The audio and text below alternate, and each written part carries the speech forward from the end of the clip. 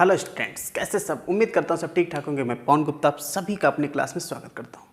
Students, mathematical tools पढ़ने के बाद मैथमेटिकल टूल्स के अंतर्गत ही मैं इस चैप्टर को भी रखता हूँ, वेक्टर्स को। हालांकि वेक्टर्स अलग चैप्टर बना दिया गया है, लेकिन इसे भी आप एक मैथमेटिकल टूल की तरह ही समझिएगा। आइए शुरू करते हैं इस चैप्टर की, वेक्टर्स की। बहुत ही इम्पोर्टेंट, और चाहे 11th पढ़ो चाहे 12th पढ़ो, आगे जब तक आप पढ़ोगे तब तक इसकी ज़रूरत बनी ही रहेगी। इसलिए बहुत ध्यानपूर्वक इसको सीखने की आवश्यकता है। जानते हैं, सबसे पहले शुरुआत करते हैं फिजिकल क्वांटिटीज़ से। फिजिकल क्वांटिटीज़ मैं पहले बता चुका हूँ, ऐसी क्वांटिटीज़ जिनका मेजरमेंट किया जा सकता है, जिनको नाप सकते हो, वही फिजिकल क्वांटिटीज़ होती हैं। इन फिजिकल क्वांटिटीज़ को दो टाइप से डिवाइड किया गया, यानी फिजिकल क्वांटिटीज़ टू टाइप्स की होती हैं। First type is known as scalar and second type is known as vector. Hindi में कहते हैं स्केलर को अदिश और वेक्टर को कहते हैं सदिश।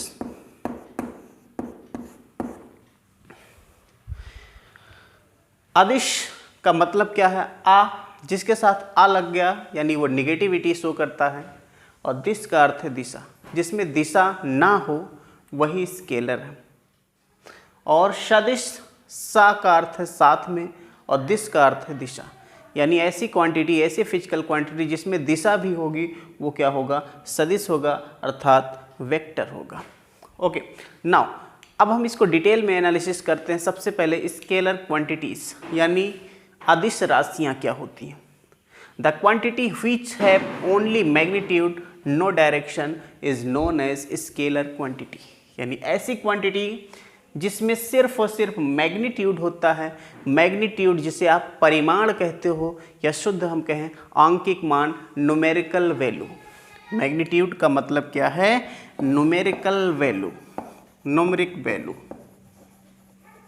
यानी जिसमें नंबर्स आते हों, वो हो, कोई डायरेक्शन ना हो, तो उसको कहते हैं हम स्केलर क्वांटिटी। एग्जाम्पल के लिए mass, density, volume, distance, time, work, pressure, energy, power, charge, electric current, temperature, heat, potential, frequency etcetera, ये सारी चीज़ें क्या हैं? स्केलर क्वांटिटीज़ हैं। क्यों? क्योंकि इनमें नंबर्स तो होते हैं बट डायरेक्शंस का कोई वैल्यू नहीं होता। जैसे मास है, किसी का मास का 10 kg है, 10 किलोग्राम है, तो 10 kg में हमने कोई डायरेक्शन थोड़े बताया कि किस डायरेक्शन में मास है, ऐसा तो कुछ होता नहीं है। इसी प्रकार से डेंसिटी, जिसे हिंदी में घनत्व कहते हो, डेंसिटी भी स्केलर क्वांटिटी है। वॉल्यूम, जिसे आयतन कहते हो, वो भी स्केलर है। डिस्टेंस भी स्केलर है, टाइम भी स्केलर है, वर्क भी स्केलर है, अदिश राशियाँ हैं। ठीक है, अब देखो, किसी भी स्केलर क्वांटिटी को अगर कंप्लीटली डिफाइंड करना है, किसी भी स्केलर क्वांटिटी को अगर कंप्लीटली डिफाइंड करना है, तो सिर्फ दो चीज़ों की आवश्यकता है। क्या? One is number and second is unit. कोई भी स्केलर क्वांटिटी, उसको कंप्लीट हम डिफाइंड कर सकते हैं अगर हमारे पास एक नंबर हो और साथ ही साथ उसका क्या हो? यूनिट हो। एग्जाम्पल के लिए कहा जाए, रवि का स्कूल घर से 2 किलोमीटर दूरी पर है, तो जो स्कूल का डिस्टेंस हम बता रहे हैं घर से 2 किलोमीटर, वो एक कंप्लीट जानकारी उसकी मिल गई। किसकी? डिस्टेंस की, कि घर से स्कूल 2 किलोमीटर है, और उसको घर से वहाँ तक पैदल जाने में आधे घंटे का समय लगता है, 30 मिनट्स का टाइम लगता है।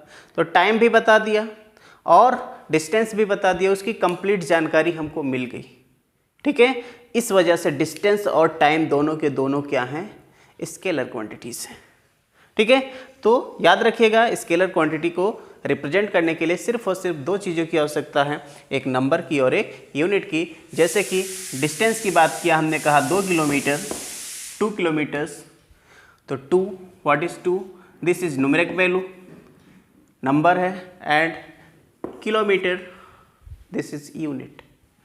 ठीक है, तो किलोमीटर यूनिट है, और ये जो 2 हमने बताया, this is magnitude, magnitude magnitude, जिसको हम किसी नंबर से रिप्रेजेंट करते हैं, यानी एक नंबर और एक यूनिट, इसी नंबर को ही कहा गया है क्या, मैग्नीट्यूड। समझ में आ गया? ओके। वेक्टर क्वांटिटीज जिन्हें सदिश राशियां कहते हैं, ऐसी quantities which have magnitude, direction and obey the law of vector addition। ठीक है, क्या क्या होना चाहिए, किसी भी फिजिकल क्वांटिटी का वेक्टर क्वांटिटी होना कब ये बताया जा सकता है कि कोई क्वांटिटी वेक्टर है, उसके लिए हमें क्या चाहिए, मैग्नीट्यूड। मैग्नीट्यूड का मतलब होता है न्यूमेरिक वैल्यू।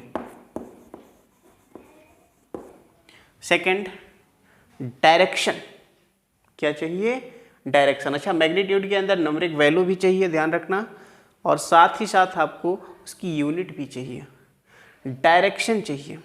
और थर्ड चीज़ जो कि सबसे इम्पोर्टेंट है, obey the laws of vector addition, यानी कि वेक्टर एडिशन के नियम का पालन करना चाहिए, सदिश योग के नियम का पालन करना चाहिए। अदिश में क्यों नहीं ये बात बताई? अदिश को जोड़ने का तरीका है, स्केलर को जोड़ने का तरीका है, जैसा आप नॉर्मल अलजेब्रा यूज़ करते हो, ऑर्डिनरी अलजेब्रा का इस्तेमाल करके स्केलर को ऐड कर सकते हैं, सब्ट्रैक्ट कर सकते हैं, मल्टीप्लाई कर सकते हैं, डिवाइड कर सकते हैं। बट फॉर वेक्टर्स सारे रूल्स डिफरेंट है। एडिशन, सब्ट्रैक्शन, मल्टीप्लिकेशन, ये सारे के सारे रूल्स जो है ना, सारे ऑपरेशंस वेक्टर्स के लिए दूसरे टाइप से लगते हैं। ठीक है, तो ऐसे क्वांटिटीज़ जिनके पास मैग्नीट्यूड है, डायरेक्शन है और साथ ही साथ वो वेक्टर एडिशन के रूल को ओवे करते हैं, तो उनको कहते हैं हम वेक्टर क्वांटिटीज़। एग्जाम्पल के लिए पोजीशन, जिसे स्थिति कहते हो, डिस्प्लेसमेंट विस्थापन कहते हो, वेलोसिटी वेग, एक्सीलरेशन जिसे त्वरण कहते हो, फोर्स यानी बल, वेट भार, मोमेंटम संवेग, इलेक्ट्रिक फील्ड विद्युत क्षेत्र, मैग्नेटिक फील्ड चुंबकीय क्षेत्र, करंट डेंसिटी धारा घनत्व, ये सारी चीज़ें क्या हैं, वेक्टर क्वांटिटीज़। समझ में आया?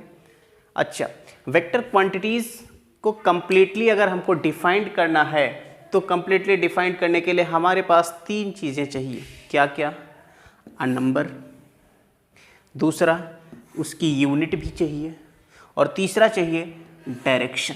ये तीन चीज़ें अपने पास है, तभी हम किसी क्वांटिटी को वेक्टर क्वांटिटी कह पाएंगे। एग्जाम्पल के लिए जैसे कि कहा जाए, किसी का स्कूल है, मान लीजिए आप ही का स्कूल है, और वो स्टेशन से कहा जाए 2 किलोमीटर दूर है, तो क्या आप स्कूल की सही पोजीशन बता पाएंगे?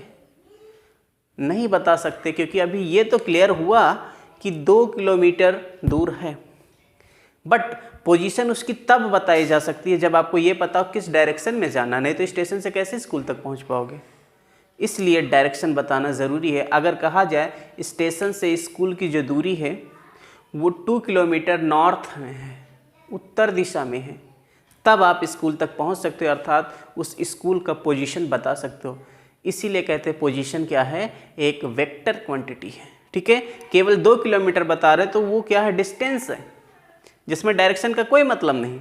लेकिन अगर आपको पोजीशन बताना, स्थिति बताना, एक्चुअली है कहाँ स्कूल पर, वहाँ पर आपको पहुँचना है, तो उसके लिए आपको स्टेशन से डिस्टेंस चाहिए, साथ ही साथ आपको ये भी पता होना चाहिए किस डायरेक्शन में है। इसीलिए कहते हैं पोजीशन क्या है, एक वेक्टर क्वांटिटी है। समझ में आया? इसी प्रकार सभी वेक्टर क्वांटिटीज़ को आप जब भी चेक करो कि वो वेक्टर हैं कि नहीं है, तो उसमें सारे रूल्स आप चेक कर लो, तीनों चीज़ है कि नहीं है, नंबर, यूनिट और डायरेक्शन।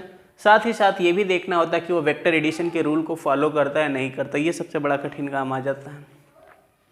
तो सिंपल सा कॉन्सेप्ट इसके लिए यूज़ करिएगा कि वेक्टर होगा अगर उसका डायरेक्शन जो हो, वेक्टर का जो डायरेक्शन वो यूनिक हो, एक से अधिक डायरेक्शन ना हो, तभी वो वेक्टर है। ठीक है, ऐसी क्वांटिटी जिसका डायरेक्शन यूनिक होता है, एक से अधिक डायरेक्शन नहीं होता, वही वेक्टर होता। एक से अधिक डायरेक्शन आने लगेंगे तो उस केस में वो वेक्टर नहीं रह जाएगा। For example current, electric current की अगर हम बात करें तो इलेक्ट्रिक करंट क्या है, उसमें भी तो डायरेक्शन है।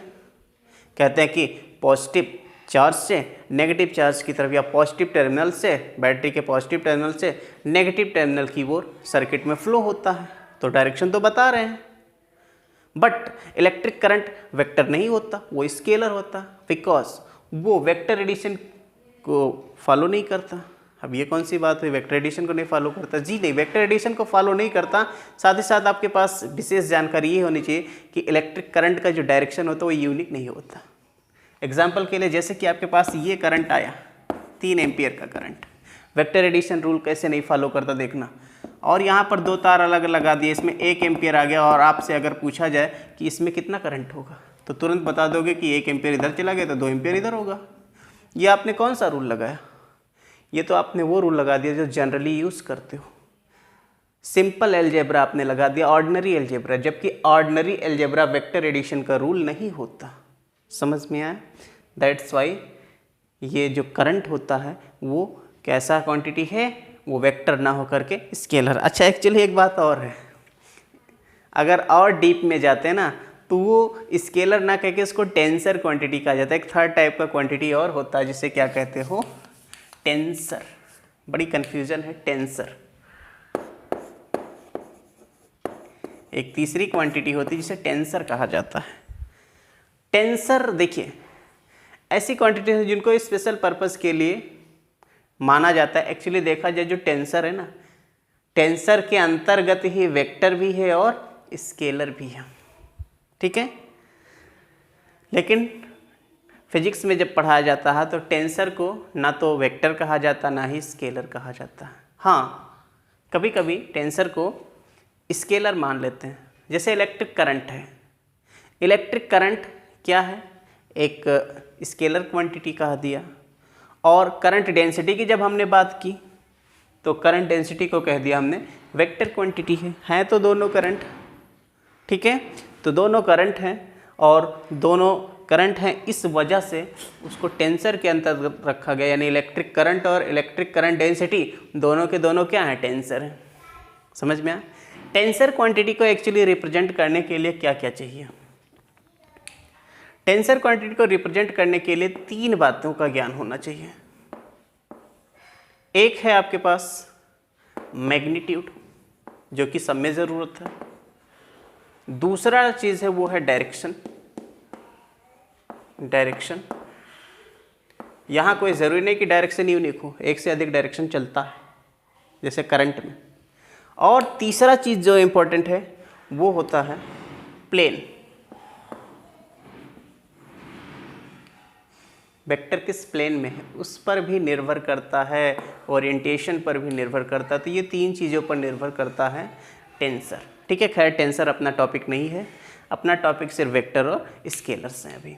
फिर भी याद रखिए, जैसे आपके पास प्रेशर आपने पढ़ा होगा, प्रेशर का भी तो कहते हैं डायरेक्शन होता है, बट प्रेशर वेक्टर नहीं है, बिकॉज प्रेशर की जो डायरेक्शन वो यूनिक नहीं होती।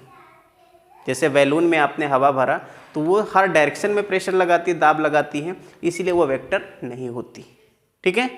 जबकि एक क्वांटिटी और आएगी स्ट्रेस। स्ट्रेस जो होता है, stress is a tensor quantity. हालांकि फार्मूला सेम है, प्रेशर फोर्स अपॉन एरिया और स्ट्रेस भी फोर्स अपॉन एरिया होता है, बट स्ट्रेस का एक अपना डायरेक्शन है। स्ट्रेस का मतलब जैसे आपने क्या किया, कोई चीज़ ऊपर रखी है और एक चीज़ नीचे से ऐसे आपने इस रॉड के सहारे इस पर रोक दिया, तो इस रॉड में क्या उत्पन्न हो गया, स्ट्रेस। ये रॉड क्या लगा रहा है, स्ट्रेस। स्ट्रेस होता है फोर्स पर यूनिट एरिया, ठीक है। वो भी कैसा, परपेंडिकुलर फोर्स। तो ये जो टेंसर होता है, टेंसर के अंतर्गत ही आता है आपका स्ट्रेस, ठीक है। बट प्रेशर क्या है, प्रेशर स्केलर है। खैर वो सारी बातें आगे चलती रहेंगी। Representation of a vector, vector को कैसे रिप्रेजेंट करें? तो वेक्टर को रिप्रेजेंट करने के लिए एक तो मैथमेटिकली कैसे रिप्रेजेंट करें ये जानना ज़रूरी है, और दूसरा है ज्योमेट्रिकली। मैथमेटिकली रिप्रेजेंट करने के लिए किसी भी वेक्टर को हम क्या करते हैं, we use English alphabet. English alphabets.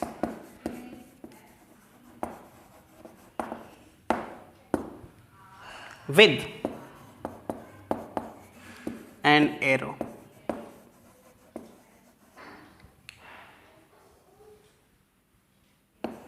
On it.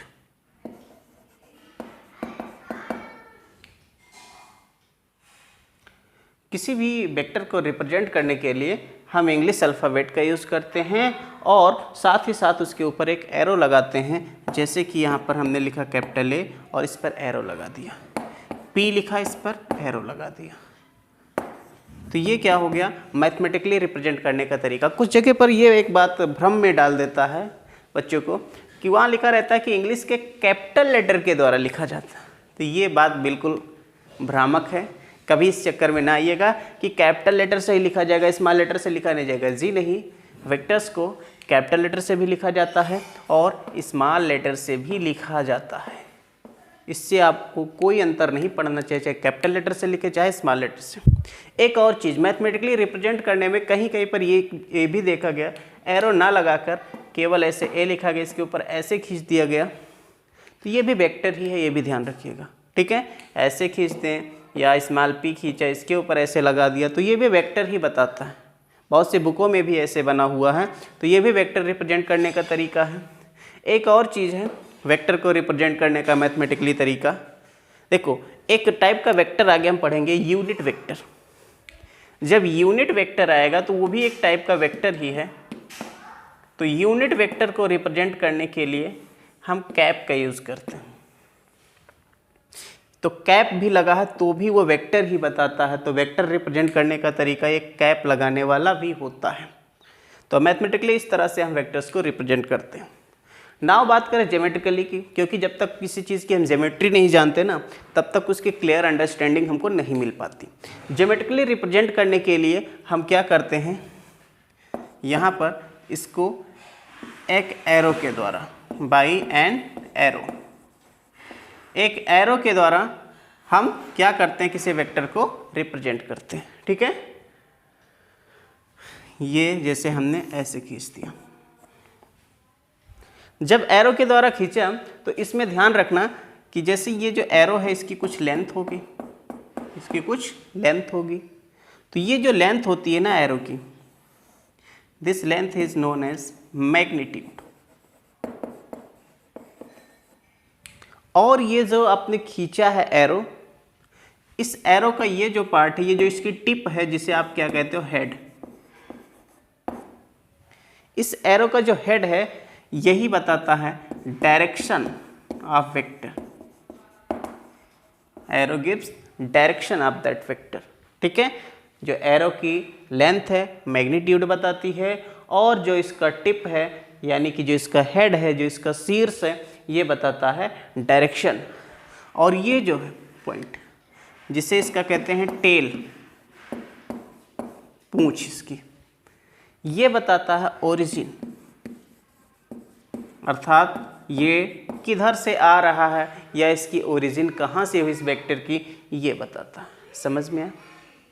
तो इस तरह से आप वेक्टर्स को कैसे रिप्रेजेंट करते हैं मैथमेटिकली, इंग्लिश के अल्फ़ाबेट्स के द्वारा रिप्रेजेंट किया जाता है। अब फिर यहाँ पर एक कन्फ्यूज़न है, यहाँ लिखा है इंग्लिश अल्फ़ाबेट्स, ये भी कोई ज़रूरी नहीं, कोई भी अल्फ़ाबेट चल सकता है। अक्सर आपको ये भी देखने को मिलेगा कि अल्फ़ा बीटा गामा भी वेक्टर्स चलेंगे। तो अब ये तो इंग्लिश अल्फ़ाबेट्स नहीं है। आप थीटा पढ़ोगे, थीटा को भी वेक्टर्स कहेंगे, कहीं कहीं पर लिखा जाएगा, डेल्टा को भी वेक्टर्स लिखा जाएगा। तो ये तो इंग्लिश अल्फ़ाबेट नहीं रह गया।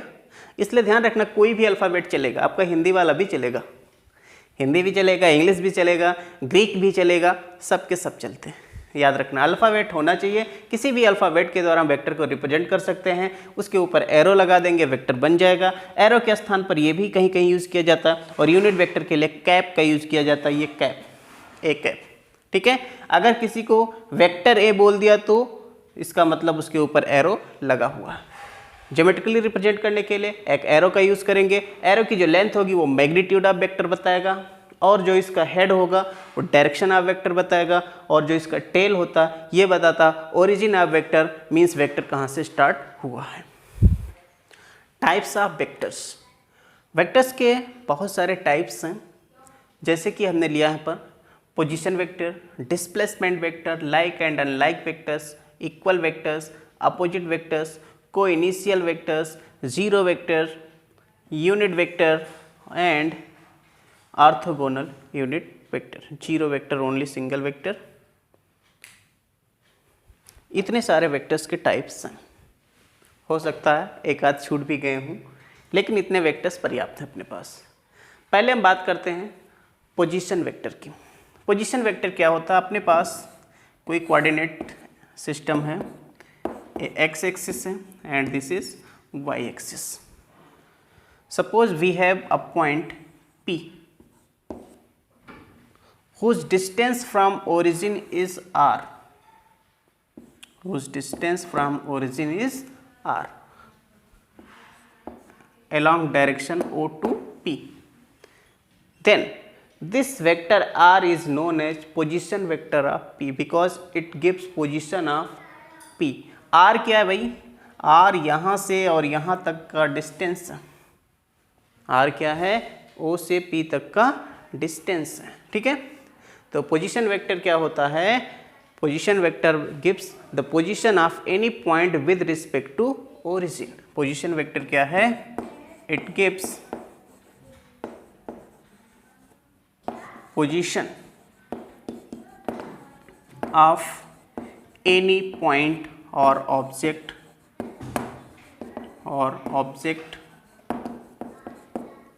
with respect to origin, with respect to origin in coordinate axis,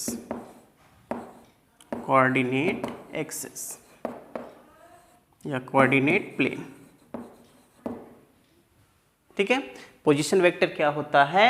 ये किसी ऑब्जेक्ट का या किसी पॉइंट का पोजीशन बताता है विद रिस्पेक्ट टू ओरिजिन, ठीक है। अब O से P तक का अगर डिस्टेंस जो हो वो r हो, तो O से P तक का जो पोजीशन वेक्टर होगा वो r होगा, और इसको यहाँ पर ऐसे भी लिख लेते हैं, ठीक है। मीन्स ये P का पोजीशन है। और पोजीशन का मतलब आपको ये भी याद होगा, आपने कोऑर्डिनेट पढ़ा था। तो जिस प्रकार आप सिंपल जब ज्योमेट्री पढ़ते हो, कोऑर्डिनेट ज्योमेट्री, तो उसमें जो कोऑर्डिनेट्स लिखते थे ना, उस कोऑर्डिनेट्स को वेक्टर में जब लिखा जाता है तो वेक्टर यहाँ पर लिख देते तो वो पोजीशन वेक्टर हो जाता है। कंफर्म? ये डायरेक्शन इसका O से P की तरफ होता है, याद रखना। पोजीशन के बाद सेकंड अपना जो आता है वो क्या है? Displacement vector. Second thing is displacement vector. Displacement vector, उससे पहले पोजीशन वेक्टर में एक चीज और क्लियर कर लें। यहां पर कहा जाए पोजीशन ऑफ या पोजीशन वेक्टर ऑफ P, तो इसको क्या होगा? ये O से P की तरफ होगा, इसको लिखेंगे OP, जो कि किसके इक्वल है? R के इक्वल है। अगर आपसे पूछा जाए OP की लेंथ बताओ, तो OP का मतलब होता है मैग्नीट्यूड ऑफ R। मैग्नीट्यूड, अगर मैग्नीट्यूड लिखना है तो आपको क्या लगाना है? मॉड लगाना है। ये क्या बताता है? मैग्नीट्यूड। क्या बताता है ये? मैग्नीट्यूड, ठीक है। अगर आपने वेक्टर साइन हटा दिया तो मैग्नीट्यूड होगा, और मैग्नीट्यूड हटाने का जो तरीका वो क्या है? ये मॉड लगा देना, ये मैग्नीट्यूड देता। अगर किसी पर मॉड लग गया तो उसका वेक्टर साइन हट गया, ठीक है। याद रहेगा ये बात। नाउ अब हम बात करें डिस्प्लेसमेंट वेक्टर। तो डिस्प्लेसमेंट वेक्टर क्या होता है? अभी हम ये कोऑर्डिनेट एक्सिस बताएं इस तरह से, एक्स एक्सिस और ये वाई एक्सिस। अब अपने पास दो पॉइंट्स हैं, एक पॉइंट है P और एक पॉइंट है Q।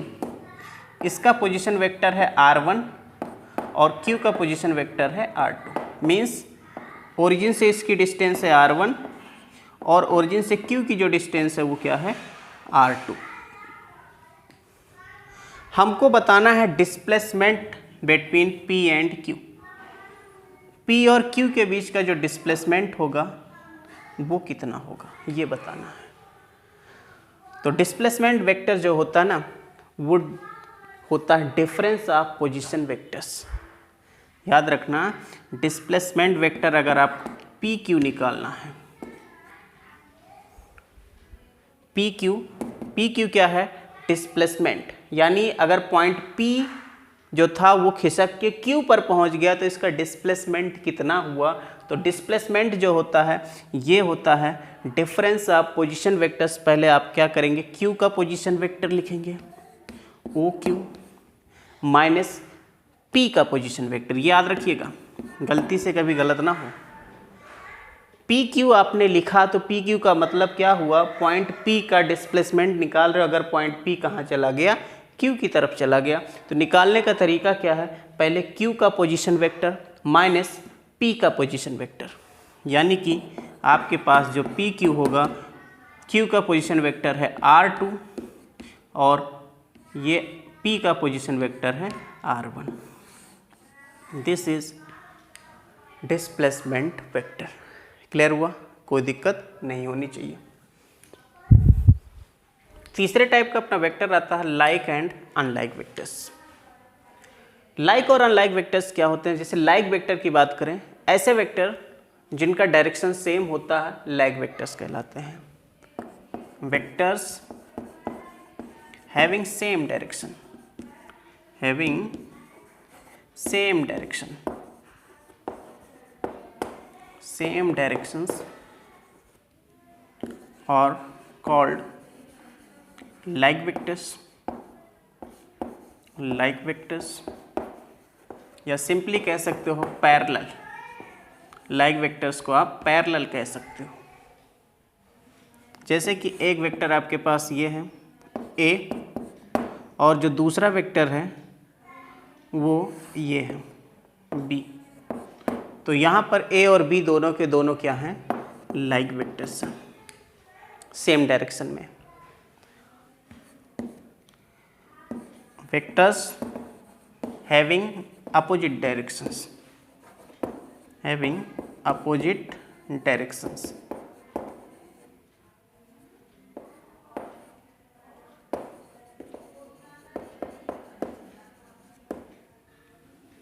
Are called unlike vectors.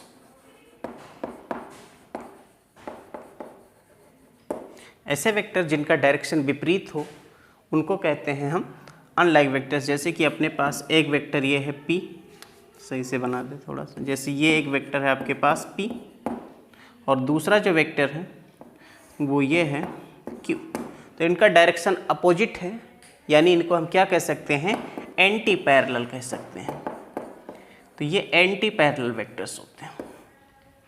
ठीक है, vectors having same direction are known as like vectors और parallel vectors, and vectors having opposite directions are called unlike vectors और एंटी पैरेलल वेक्टर्स। एग्जांपल आपके सामने है। ठीक है, इक्वल वेक्टर्स।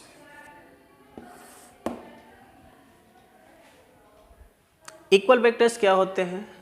ऐसे वेक्टर्स जिनका डायरेक्शन सेम हो और मैग्नीट्यूड भी सेम, इक्वल वेक्टर कहलाएंगे। ऐसे वेक्टर जिनका मैग्नीट्यूड और डायरेक्शन दोनों सेम होता है वो इक्वल वेक्टर कहलाते हैं। Vectors having same magnitude and same direction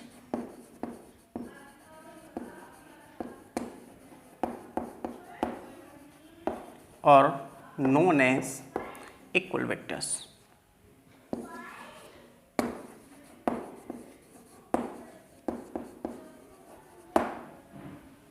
जैसे कि अपने पास एक वेक्टर हमने खींचा इस तरह से, ये है वेक्टर A और दूसरा वेक्टर हमने खींच दिया सेम टू सेम उतने ही लेंथ का और उतना ही, यानी उसी डायरेक्शन में।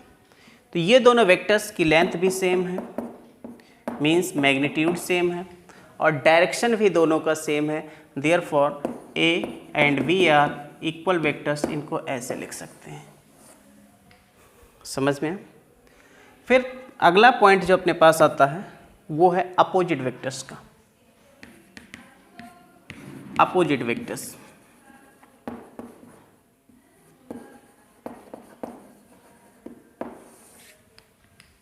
ऐसे वेक्टर्स जिनका मैग्नीट्यूड तो सेम हो बट डायरेक्शन अपोजिट हो, उनको हम कहते हैं opposite vectors. vectors having same magnitude, vectors having same magnitude but opposite directions.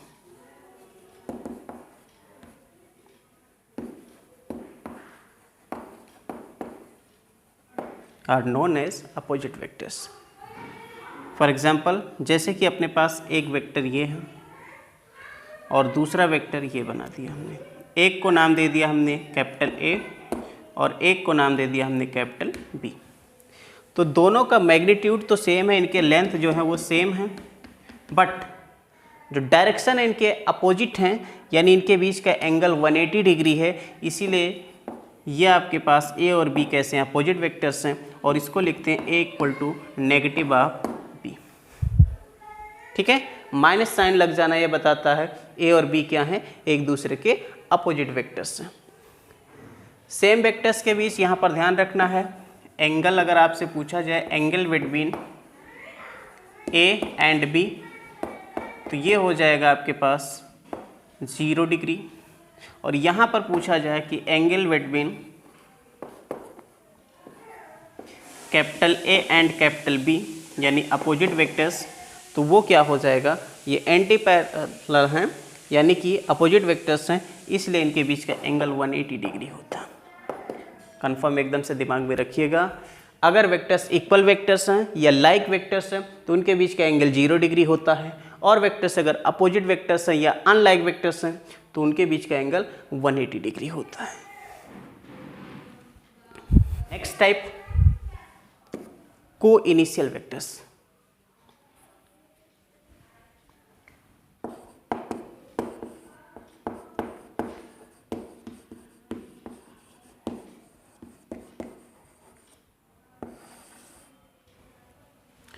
को जहाँ पर सी वो को लग गया, इसका मतलब साथ साथ। इनिशियल का मतलब होता है स्टार्टिंग पॉइंट।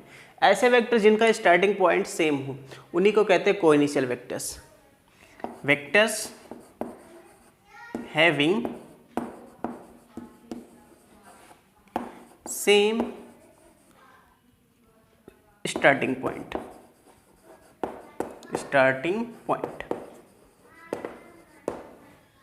और कॉल्ड को इनिशियल वेक्टर्स।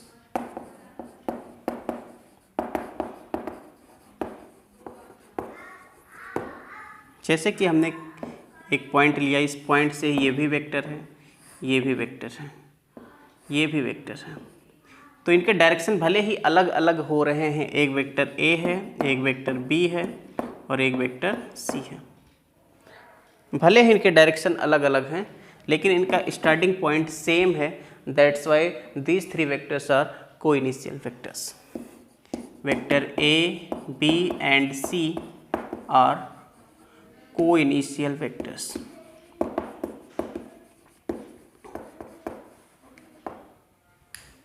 ठीक है, इसके बाद 7th टाइप अपना आता है zero vector. Zero vector, zero vector नाम से ही क्लियर होना चाहिए, a vector having magnitude 0, a vector having 0 magnitude, 0 magnitude. ऐसा वेक्टर जिसका मैग्नीट्यूड 0 हो यानी जिसका परिमाण 0 हो उसको जीरो वेक्टर कहते हैं। और ध्यान रखना, इट इज डिनोटेड बाई 0 इसके ऊपर वेक्टर। अच्छा, एक चीज़ और, कहीं कहीं पर जो बुक्स में दिया रहता है वो 0 जो दिया रहता है वो डार्क और थोड़ा सा लाइट लिखा जाता है। अगर लाइट 0 लिखा है, हल्के रंग में लिखा है, तो वो ध्यान रखना स्केलर है, और अगर डार्क 0 लिखा तो उसको क्या कहते हैं, वेक्टर है। तो स्केलर और वेक्टर को डिफरेंस करने का एक और भी तरीका बुकों ने निकाला है।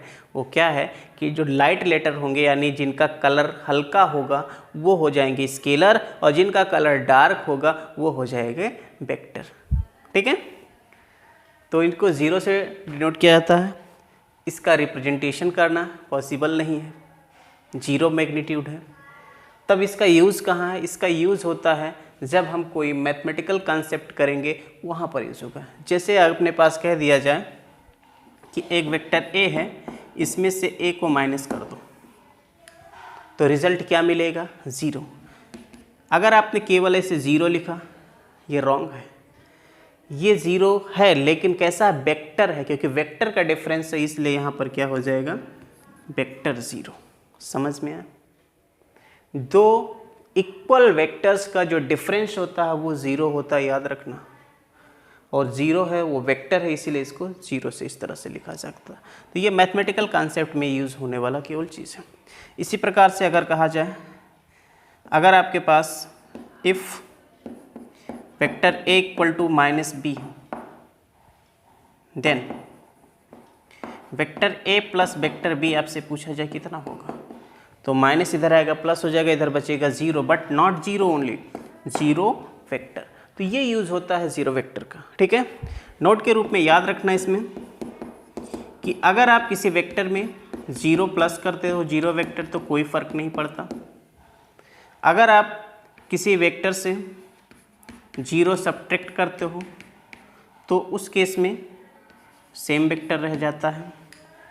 तीसरी बात याद रखिएगा, अगर आप किसी वेक्टर का प्रोडक्ट कर देते हो ज़ीरो से तो रिज़ल्ट ज़ीरो हो जाता है। प्रोडक्ट दो प्रकार से होता है वेक्टर में, आगे पढ़ेंगे, चाहे क्रॉस करो चाहे डॉट करो, दोनों में रिज़ल्ट क्या मिलने वाला है। अच्छा, एक यहाँ पर ध्यान देना, ए डॉट जीरो करोगे तो स्केलर मिलेगा, क्रॉस करोगे तो वेक्टर मिलेगा। ये आगे बात की बात है, करेंगे, लेकिन ध्यान रखना जब डॉट वाला प्रोडक्ट करेंगे, वेक्टर में दो तरह से प्रोडक्ट होता है, एक डॉट और एक क्रॉस। डॉट प्रोडक्ट करेंगे तो स्केलर वाला ज़ीरो मिलेगा, ये स्केलर है, और अगर क्रॉस प्रोडक्ट करेंगे तो वेक्टर वाला ज़ीरो मिलेगा, ये जो है ये वेक्टर है। तो यहाँ तक थोड़ा सा ध्यान रखने की ज़रूरत है, वो आगे प्रोडक्ट पढ़ेंगे तो आपको क्लियर हो जाएगा। तो उम्मीद है जीरो वेक्टर का क्या कॉन्सेप्ट है समझ में आया।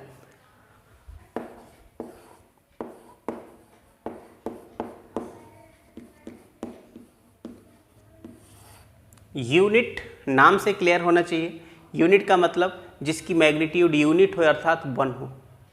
ऐसा वेक्टर जिसका मैग्नीट्यूड वन हो उसको कहते हैं unit vector. A vector having unit magnitude या magnitude unity, magnitude unity, unity का मतलब only one, is known as unit vector. ये इसको डिनोट करने के लिए हम हमेशा क्या करते हैं, अंग्रेजी के अल्फ़ाबेट्स का यूज़ करेंगे। यहाँ पर भी बुकों में थोड़ी सी बात लिखी हुई है, स्मॉल लेटर के यूज़ करते हैं। यूनिट वेक्टर को लिखने के लिए वहाँ पर सीधा लिख दिया स्मॉल लेटर का ही यूज़ करते हैं, जबकि ये गलत है। यूनिट वेक्टर को रिप्रेजेंट करना है तो कैपिटल स्मॉल किसी भी लेटर का यूज़ कर सकते हैं, और इंग्लिश से अल्फ़ाबेट यूज़ करें ये भी कोई ज़रूरी नहीं है, ग्रीक भी चल सकता है। ठीक है, तो यूनिट वेक्टर्स को रिप्रेजेंट करेंगे तो उसमें क्या करेंगे, कैप लगा देंगे, जिसको मैंने पहले ही मैथमेटिकल रिप्रेजेंटेशन में सिखा दिया है। तो it is denoted by A cap, B cap, C cap, etc। इसको पढ़ेंगे ए कैप, इसको पढ़ेंगे बी कैप, सी कैप। इस तरह से डिनोट करते हैं यूनिट वेक्टर को। ठीक है, अब स्मॉल लेटर यूज करें ये भी जरूरी नहीं, कैपिटल लेटर भी यूज कर सकते हो, ये भी दिमाग में अच्छे से रखना। नोट, अब बात ये आती है इसकी ज़रूरत क्या है भाई, तो इसकी जो ज़रूरत होती है ना वो डायरेक्शन के लिए होता है। It is used to show the direction, it is used to show the direction. इसका इस्तेमाल सिर्फ और सिर्फ डायरेक्शन दिखाने के लिए ही होता है। अगर आपसे कहा जाए कोई वेक्टर ए है, इसका यूनिट वेक्टर निकालो, अगर आपसे कहा जाए unit vector of vector A is what, तो किसी वेक्टर का यूनिट वेक्टर निकालना है तो क्या करिए, आप लिखिएगा, इस पर कैप लगाइएगा। पहले इसका मतलब समझ लेना अच्छे से। वेक्टर जो होता है उसका डायरेक्शन दिखाने के लिए हम यूज़ करते हैं यूनिट वेक्टर। मतलब क्या है, अपने पास अगर वेक्टर ए लिखा है तो इसका मतलब इसका मैग्नीट्यूड है, मैग्नीट्यूड को मॉड से लिखते हैं, और साथ ही साथ यहाँ पर इसका यूनिट वेक्टर है, ये इसका मतलब होता है।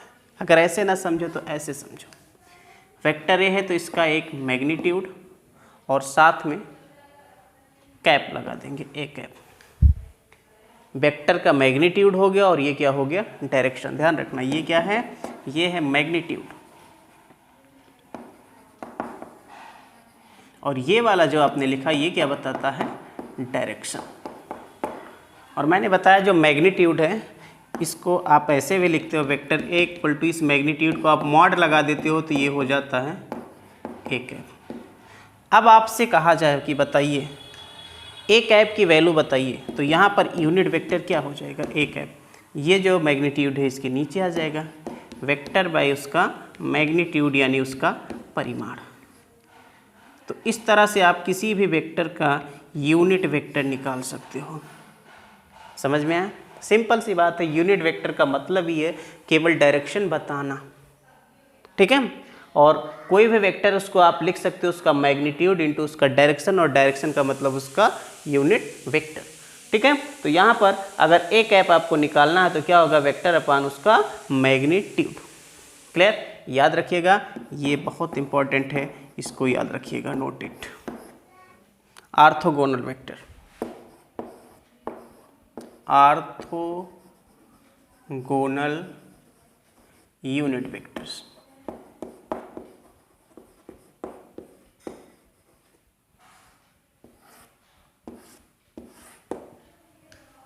ऑर्थोगोनल यूनिट वेक्टर्स, ये क्या है भाई, ऑर्थोगोनल वर्ड जहां पर है ध्यान रखना, ऑर्थोगोनल का मतलब होता है perpendicular, perpendicular.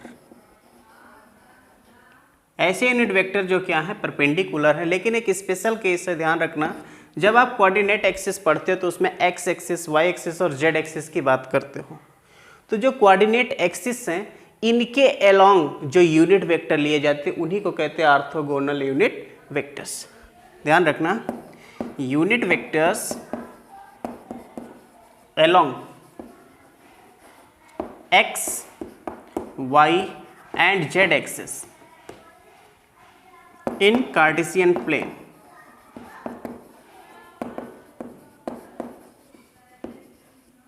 are known as orthogonal unit vectors.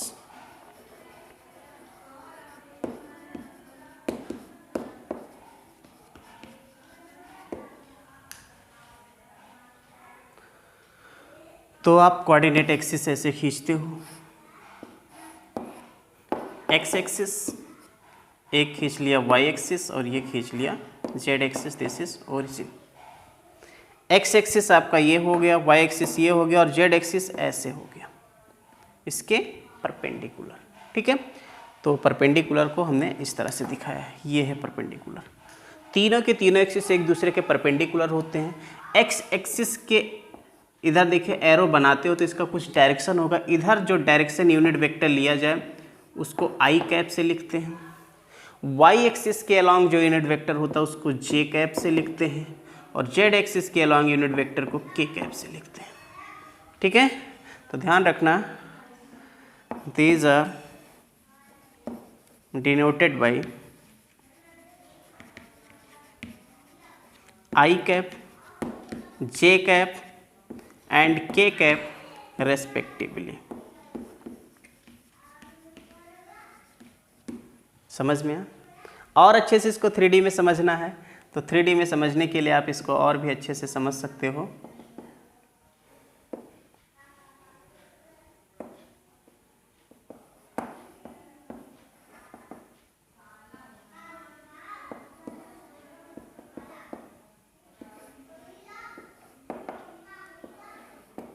ये ऐसे समझ सकते हो। अब आपको 3D समझ में आ गया होगा, ठीक है। तो ये इधर x एक्सिस, ये y एक्सिस और ये z एक्सिस, इनके डायरेक्शन में जो यूनिट वेक्टर्स होते हैं उनको कहते हैं ऑर्थोगोनल यूनिट वेक्टर्स। तो इस तरह से अपने पास जो वेक्टर्स थे उनके टाइप्स समाप्त होते हैं।